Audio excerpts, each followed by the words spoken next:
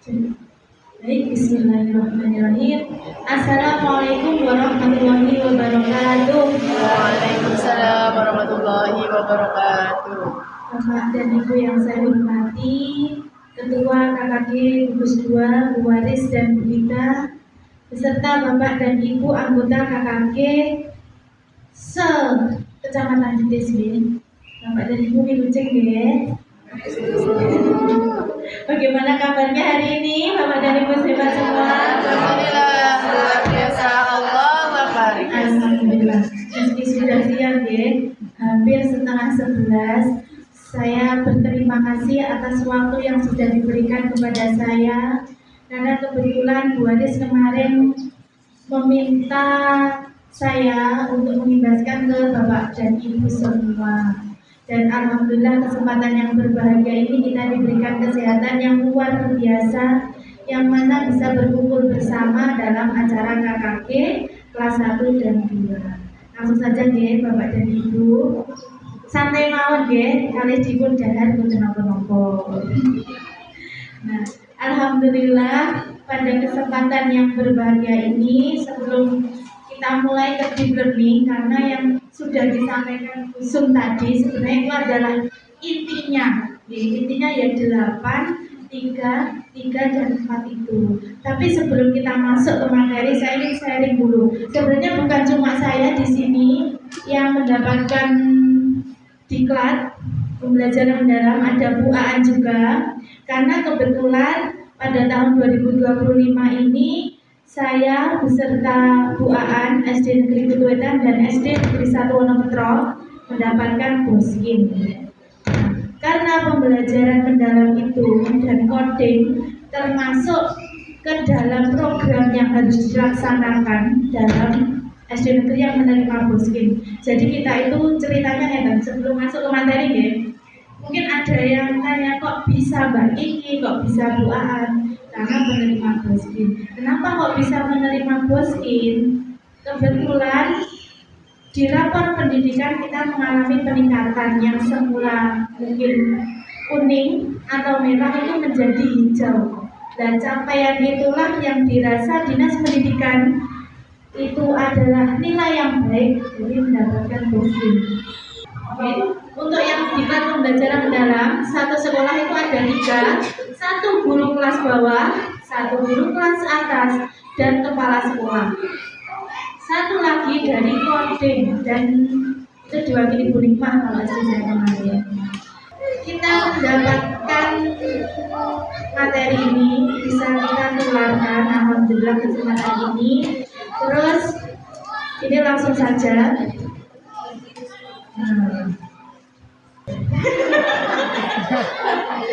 Buah naga, buah pepaya. Cakep. Enak dimakan bersama. Cakep. Mari kita belajar bersama KKG kelas 1 dan 2. Cakep. Ya, semangat ya untuk kita. Saya nanti kali sharing ya Pak. Jadi tidak harus saya berbicara, nanti saling menyaut saja. Tidak apa-apa di dalam kita sharing. Jadi tidak perlu menunggu nanti sesi tanya jawab, tidak apa-apa. Kita sharing ya. Karena banyak di sini sebenarnya lebih senior dari saya, Bu Waris, Bu Gita, Bu Ang, dan yang lain. Nah, ini salah satu foto pada diklat kemarin. Kita sebenarnya melaksanakan diklat ini pun juga agak kaget Bapak dan Ibu semua. Bakso. Ibu-ibu itu bisik-bisik duduk, iya duduk. Udah siap di depan. Jadi Bapak Ibu semuanya bisa prasmanan ya, mengambil di depan. Sudah ada Bu Aan dan juga Bu Selvi yang standby di depan, bisa ngambil satu-satu, lalu dinikmati hidangannya di dalam sini juga nggak apa-apa. Terus apabila masih kurang air putihnya, itu sudah ada di depan sini, bisa ambil. Ya sudah disediakan, bisa ambil lagi kalau misalkan air putihnya kurang. Monggo langsung saja Bapak Ibu.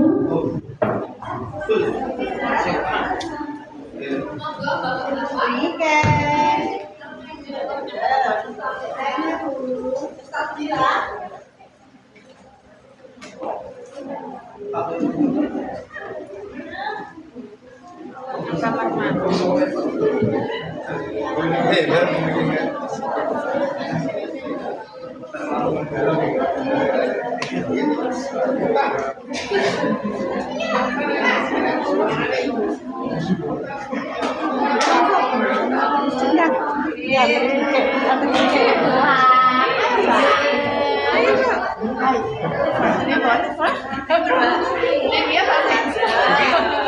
wes.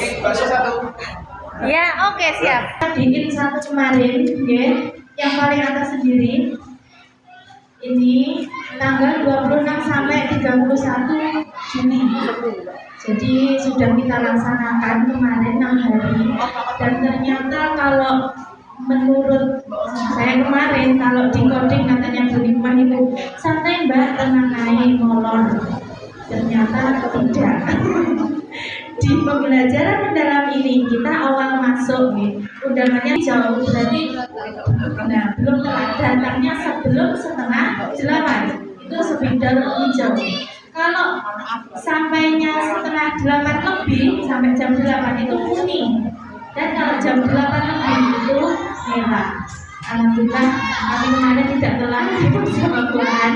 Jadi ternyata sedikit ketat. Salah satu diklat yang saya ikuti dan ketat, berbeda sekali dengan yang guru penggerak kemarin. Jadi kok bintang gitu, jadi pandangannya sudah agak panas di kepala. Terus kita masuk datang, kebetulan juga sudah berkumpul, sudah banyak bapak ibu yang lain. Kita kan belum tahu sebenarnya jadwalnya itu apa. Nah kebetulan ada teman di belakang saya, kok sudah punya jadwalnya seperti ini. Kok pun kagum iya loh mbak. Saya belum dapat, saya lihat, wah ini kagum jenengan kawan, anda sudah dapat. Dari jam setengah 7 itu sampai jam 16.00, dan itu juga dilaksanakan sesuai jadwal. Kebetulan kemarin saya buat dan Mas Rudi itu juga 6 hari full, alhamdulillah bisa mengikuti dengan selesai. Dan untuk itu nanti tanggal 27 kita masuk on 1, 16 September on 2, dan 30 September on 3, dan yang terakhir gongnya nanti di tanggal 18 sampai dengan 21 Oktober. Jadi ini sebenarnya belum selesai nih Bapak Ibu. Kita programnya ini 3 bulan. Jadi ini kan kepala saya masih punya PR seperti itu. Ini terkait dengan jadwalnya. Lanjut. Nah, kalau sudah masuk ya, kemarin yang pertama itu kita pembukaan. Langsung malamnya itu sebelum pembukaan. Jadi kita lanjutkan ya Bapak Ibu semua. Jadi setelah pembukaan itu malamnya kita itu sudah diberikan pengumuman bahwa diklat ini akan dilaksanakan lewat LMS. Jadi sendiri baris Bapak Ibu yang mengenal buka LMS, kalau dulu di stasiun PKP ya dulu ya. Kalau sekarang kan di ruang BPK. Jadi di situ langsung kita klik diklat, langsung kita pilih yang LMS. Malamnya itu kita sudah disuruh untuk mengerjakan pretest. Sedikit kebetulan ada 3 kelas, jadi Ponorogo 1, 2, dan 3. Jadi diklat ini ada 2 kali kemarin, gelombang 1 dan 2. Di LMS itu, nah ini inti dari modul yang kita pelajari kemarin keduaan, ada modul 1 sampai dengan 7 ini LMS-nya. Nah, seperti ini. Jadi di modul 1 kita materinya pola pikir bertumbuh atau growth mindset. Modul 2 pembelajaran mendalam, konsep dan kerangka kerja. Modul 3 pengalaman belajar dari PM. 4 asesmen. Modul 5 pembelajaran mendalam atau perencanaan pembelajaran pembelajaran mendalam. yang modul ke-6 implementasi dan refleksi dari perencanaan pembelajaran. Jadi perencanaan pembelajaran itu membuat RP. Kalau RP kalau dulu perencanaan itu modul aja, cuma kita kembali lagi. Jadi yang dulu modul aja sekarang adalah perencanaan atau rencana pembelajaran.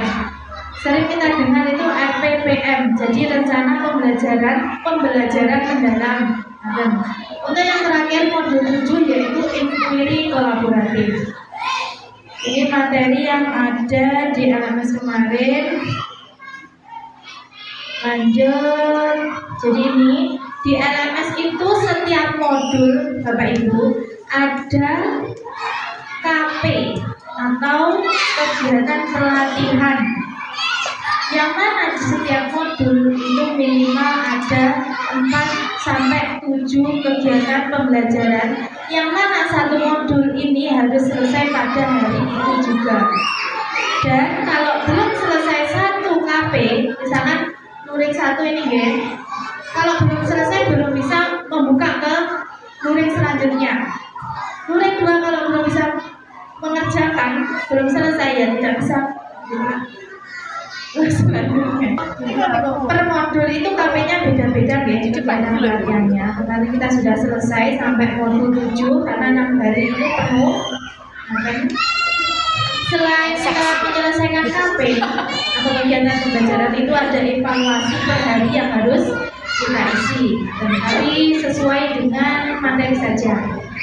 Nah, untuk selanjutnya setelah ini kemarin kita on sekarang, nanti tanggal 27 pada saat gala ekspresi di SD Negeri 1 Comper itu kita masuk lagi ini on-nya, on-nya.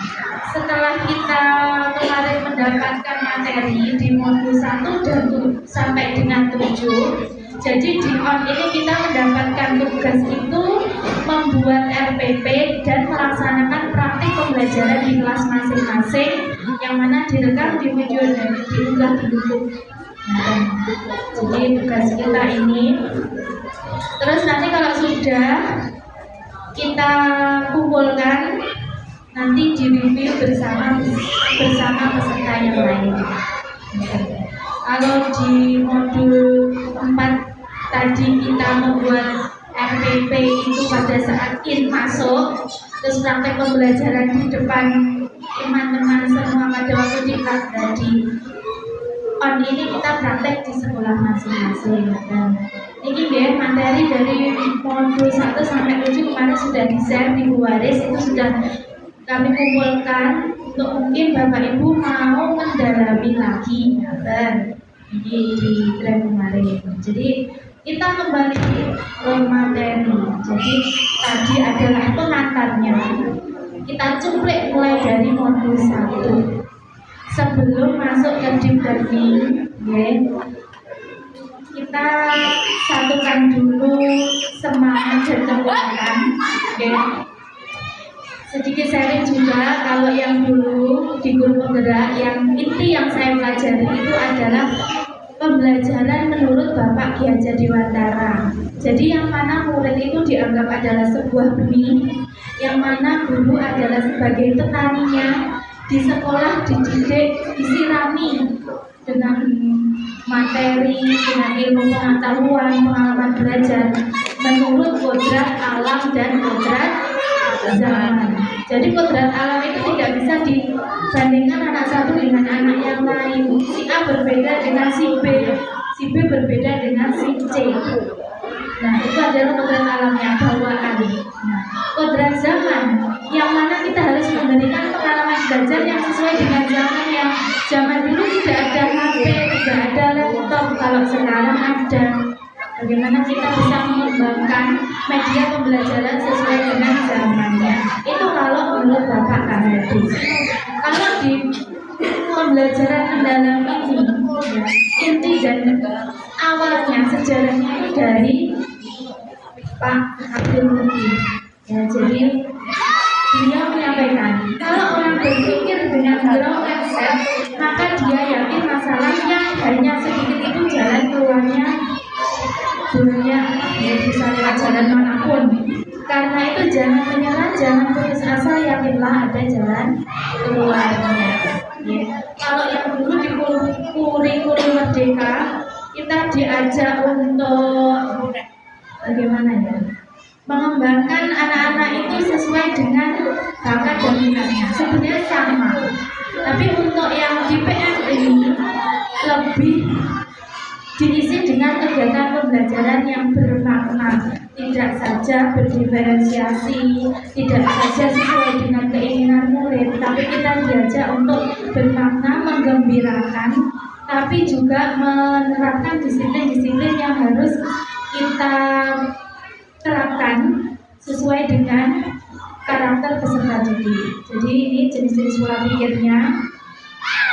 Dari pola pikir tetap, ya, kita kan kadang mendengar PPT dan PPP. Jadi perubahan kalau pola pikirnya tetap itu tidak akan bisa maksimal. Jadi kita maksimalkan dengan PPB, pola pikir bertumbuh. Oke. Nah, jadi dari PPT ke PPB. Kalau pola pikir tetap yang mana dia menghindar, menyerah, terus menganggap kalau tugas itu adalah ancaman. Sebenarnya manusiawi gitu Bapak Ibu, seperti yang saya laksanakan kemarin itu sepertinya juga yuk ikut sore, yuk ikut ya Allah sini rumah. Itu pasti ada dalam pikiran kita. Tapi itu harus sedikit ditekan, kita ganti dengan pola pikir bertumbuh yang menerima, bertahan. Berarti ini adalah peluang berpikir seperti itu. Terus semoga juga nanti bisa jadi inspirasi untuk kita bawa ke kecamatan masing-masing, kita jelaskan seperti itu. Nah, ini mapping dari tugas KP kemarin, saya foto dari tugas kelompok saya kemarin. Nah, mengapa perlu pembelajaran mendalam? Berjalan sesuai jalan yang ada di Bapak Ibu. Jadi kalau yang dulu kurikulumnya yang dirubah, sekarang kalau kita dengar itu bukan kok dirubah tapi disempurnakan, seperti itu. Kalau pola pikir tetap tidak akan berubah, sekarang pola pikirnya bertumbuh. Jadi di sini anak-anak itu kita harapkan ada keterlibatan, berkesadaran dan memuliakan. Bisa untuk mengembangkan budaya belajar, memanfaatkan teknologi digital dan disiplin ilmu. Jadi ini konsepnya.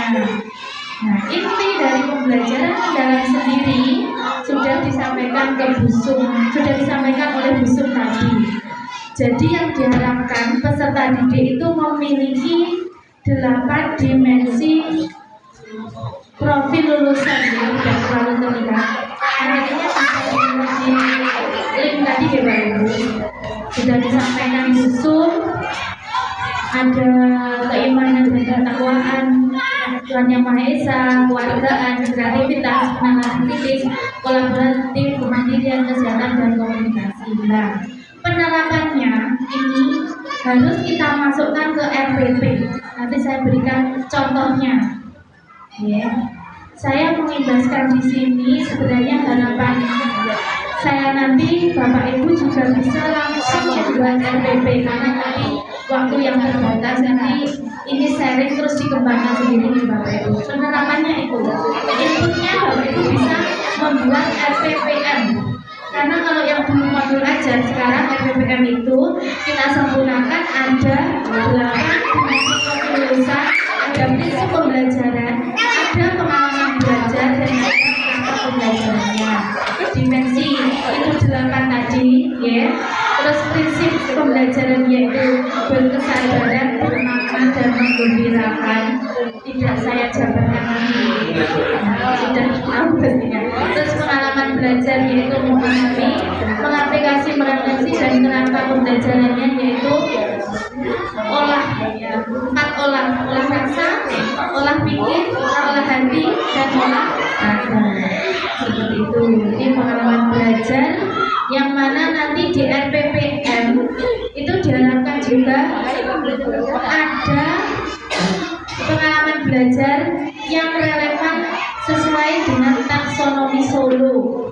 Ya, taksonomi Solo ini seperti ini, Bapak Ibu. Jadi anak-anak itu diharapkan bisa mencipta. Selain anak-anak itu diberikan pengalaman belajar, jadi outputnya anak-anak itu bisa melaksanakan sendiri apa materi yang sudah kita sampaikan, terus mengevaluasi, menganalisis, menerapkan ujian dan mengingat. Sebenarnya ini hampir seperti yang proses kemarin Bapak Ibu, kalau kita lebih mendalami lagi ya, high thinking on the skill ya, di kelas kemarin hampir menggunakan itu saja. Itu bisa dibaca sendiri. Dan ini di modul 3 kemarin, di modul 3 ini kan yang inti dari 8, 3, 3, 4 itu tadi. Terus yang keempat kita sudah masuk ke modul 4, yaitu asesmen pada pembelajaran mendalam. Nah, asesmen sendiri ada 2, tadi sudah disampaikan oleh Bu Su. Ada asesmen formatif dan sumatif. Beda ya Bapak Ibu, asesmen formatif dan sumatif ini. Kalau formatif ini biasanya bisa kita laksanakan di awal, di tengah, maupun di akhir. Di tengah itu maksudnya pada saat proses pembelajaran nih. Nah, kalau sumatif ini biasanya kita berbagi tugas untuk membuat soalnya. Seperti itu. Jadi kita bisa menilai bagaimana perkembangan anak itu sebelum, pada saat dan sudah di formatif dan sumatif di akhirnya. Nah, sudah selesai, sudah ke modul 5. Tetap ya Bapak Ibu, saya belajar 6 hari menurut ini. Nah, untuk yang modul 5 ini kita membuat RPPM. Jadi rencana perencanaan pembelajaran mendalam. Seperti ini. Sebenarnya hampir sama, tapi ada beberapa poin yang harus dimasukkan.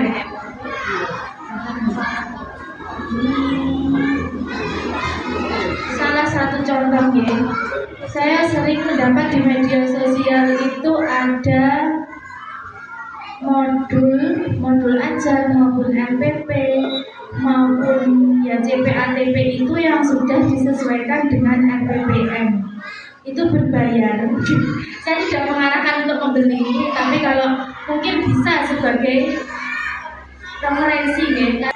Ini, jadi perbedaannya mungkin ini Bapak Ibu. Jadi dimasukkan 8 dimensi profil lulusan. Nah ini mana yang mau dicetak karena kita menyesuaikan mata pelajarannya. Kalau ini pembelajaran saya kemarin bahasa Indonesia, jadi itu yang dicetak. Nah, untuk CP-nya disampaikan juga, dimasukkan maksudnya, disesuaikan dengan materi ya. Jadi ada CP, tujuan pembelajaran, terus praktik pedagogis sesuai dengan yang di sini tadi. Ini desain pembelajaran ya, itu masuk desain pembelajaran, praktik pedagogis, dilanjutkan lalu lingkungan pembelajaran, pembukaan pembelajaran, pemanfaatan digital. Jadi sebenarnya hampir sama dengan RPP seperti biasa, cuma di sini yang di langkah-langkah pembelajaran ini Bapak Ibu, untuk kegiatan awal ini bisa ditambahkan dengan dari yang prinsip pengalaman pembelajaran tadi, yaitu kesadaran. Di sini dimasukkan penalaran kritis, dimensi profil lulusan, bisa. Nah ini kegiatan ini. Jadi untuk fase awal, pada saat setelah persepsi itu Anda di sekolah masing-masing bisa diberikan pengalaman pembelajaran yang berkesadaran. Sebelum masuk materi, mungkin anak-anak bisa ditanya dulu ya tentang kaitan materi dengan materi yang mau disampaikan. Jadi memahami, mengaplikasi, merefleksi ini pengalaman pembelajarannya serta prinsip pembelajaran gimana. Jadi Bapak Ibunya intinya ini. Kalau sering kita mendengar deep learning dan deep learning, kalau menurut saya penerapannya ya di LPPM dan di pembelajaran ini. Jadi bagaimana seorang guru itu bisa membuat LPPM dan melaksanakannya di kelas masing-masing. Kita masukkan juga jenis asesmennya beserta taksonomi Solo tadi. Mungkin ada pertanyaan langsung terkait dengan LPPM ini. Kita lanjut saja. Karena kemarin kita itu pada saat di sana langsung membuat LPP, langsung praktek di depan teman-teman semua peserta diklat. Kita langsung juga materi yang selanjutnya itu adalah mereview. Jadi kita tahu kurangnya apa. Memang kalau saya rasa-rasa suatu waktu itu memang penting kita itu sharing ilmu, tapi tidak cuma materi.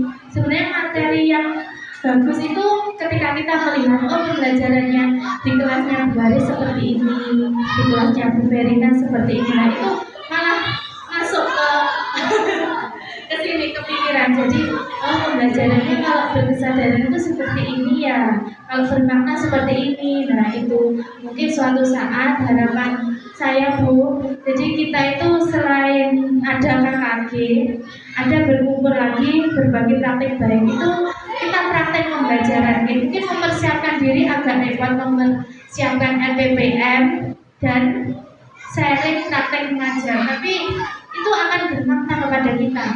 Karena pembelajaran yang dulu dengan sekarang itu sangat berkembang luar biasa. Seperti yang disampaikan kata-katanya Bu Haris tadi, sungguh luar biasa, tepuk tangan Bapak Ibu semua. Jadi memang itu yang harus kita laksanakan. Mungkin kalau Bu Haris pada saat pembelajaran persepsinya diajak main apa seperti itu, monggo nanti kita diagendakan Bu Haris, mungkin ya kalau bisa. Karena pemanfaatan pembelajaran kendaraan sendiri, penerapannya yaitu intinya. Kalau yang disampaikan penerapannya ya kita harus belajar dengan PM. Sudah masuk ke modul terakhir. Jadi di modul yang terakhir ini kita belajar yaitu tentang inquiry kolaboratif. Mungkin Bapak Ibu sudah ada yang pernah mendengar ya. Selain PM sendiri ada inquiry kolaboratif, yang mana di inquiry kolaboratif ini adalah sebagai salah satu pendekatan reflektif berbasis data untuk mengembangkan dan memperbaiki prinsip dan pengalaman belajar murid, sehingga terjadi peningkatan kualitas pembelajaran dan profesionalisme guru. Jadi ini kemarin di modul terakhir ini Bapak Ibu, materi yang kita dapatkan untuk yang PM sendiri penerapannya itu LPP dan prakteknya. Nah, untuk inquiry kolaboratif ini bagaimana cara kita bekerja sama dengan mungkin sesama rekan guru, sesama dengan rekan sejawat, atasan, yang mana bisa menyelesaikan masalah itu dengan berkolaborasi. Karena yang mana di SD itu tidak ada guru BK ya Bapak Ibu, adanya guru kelas, guru mapel, kepala sekolah, dan tenaga kependidikan. Mungkin di kelas 1 ada anak yang menjadi troublemaker. Nah, kita sharing dengan, kalau dulu namanya coaching Bu Haris, nah ini inquiry kolaboratif kalau di PM ini gitu. Jadi sebenarnya terkait dulu yang kita dapatkan di guru pembelajaran sebenarnya terkait ya, bagaimana kita menyelesaikan masalah itu dengan rekan kerja di sekolah, dengan guru agama nih, bisa sharing Bu, anak ini kalau di pembelajaran Mas PAI apa seperti ini, iya loh seperti ini loh Mbak, terus bagaimana? Tidak kok kita langsung berhenti, karena anak ini engker saja Bu diberi hukuman, dan ya. Jadi kita cari dulu latar belakang masalahnya. Mungkin latar belakang dari orang tua, lingkungan, keluarga. Dan karena banyak faktor yang membuat anak itu bersikap A, B, atau C.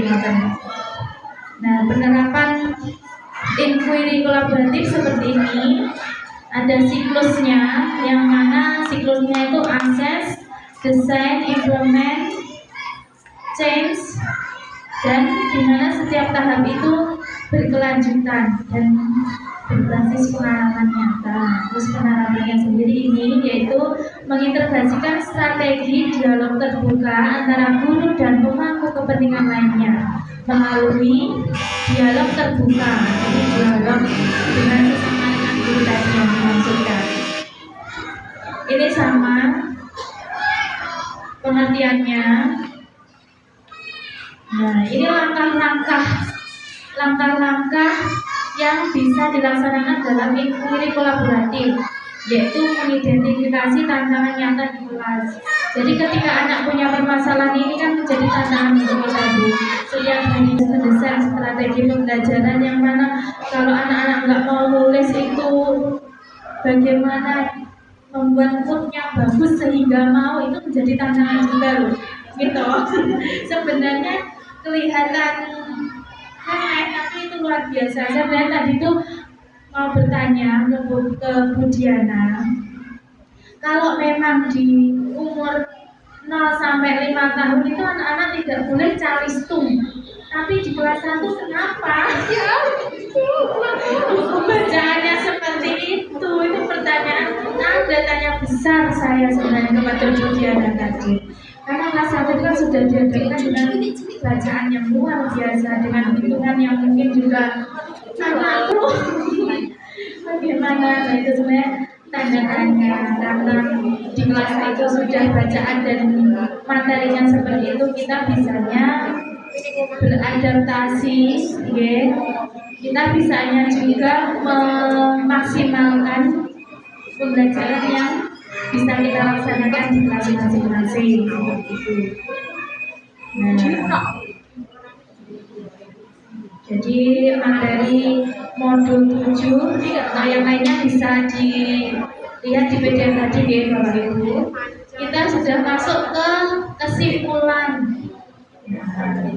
Kesimpulannya, penerapan pembelajaran mendalam dimulai dari membuat RPPM dan pelaksanaannya menggunakan inti pembelajaran mendalam, yaitu 8 dimensi lulusan, 3 prinsip dan 3 pengalaman pembelajaran mendalam, dan melalui 4 kerangka PM. 4 kerangka itu olah tadi loh, olah hati, olah rasa, olah pikir, olah raga. Ini yang untuk dimensi profil lulusannya nih Bapak Ibu yang harus senantiasa kita ingat, itu yang disampaikan Bisu juga tadi.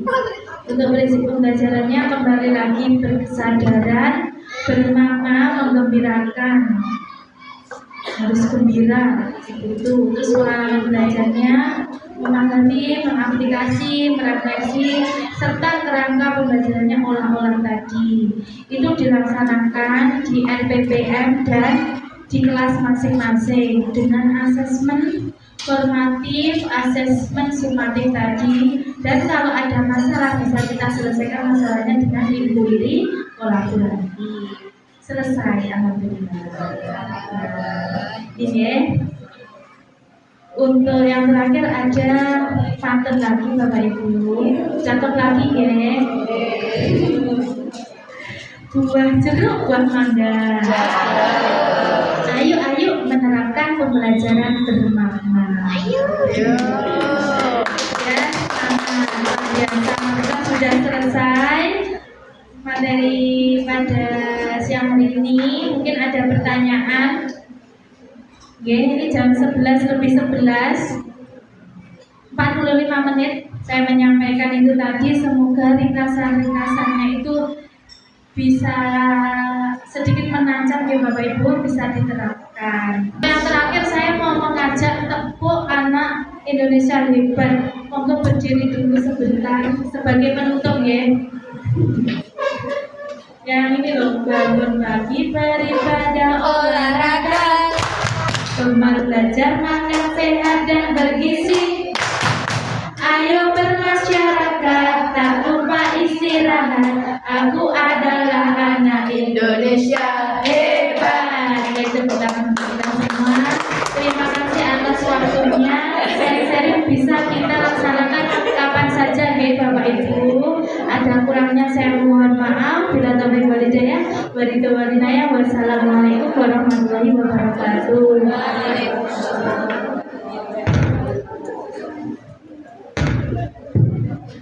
Terima kasih Bu Kiki atas pemaparan materi yang sungguh sangat luar biasa, dan mungkin dari tadi tercium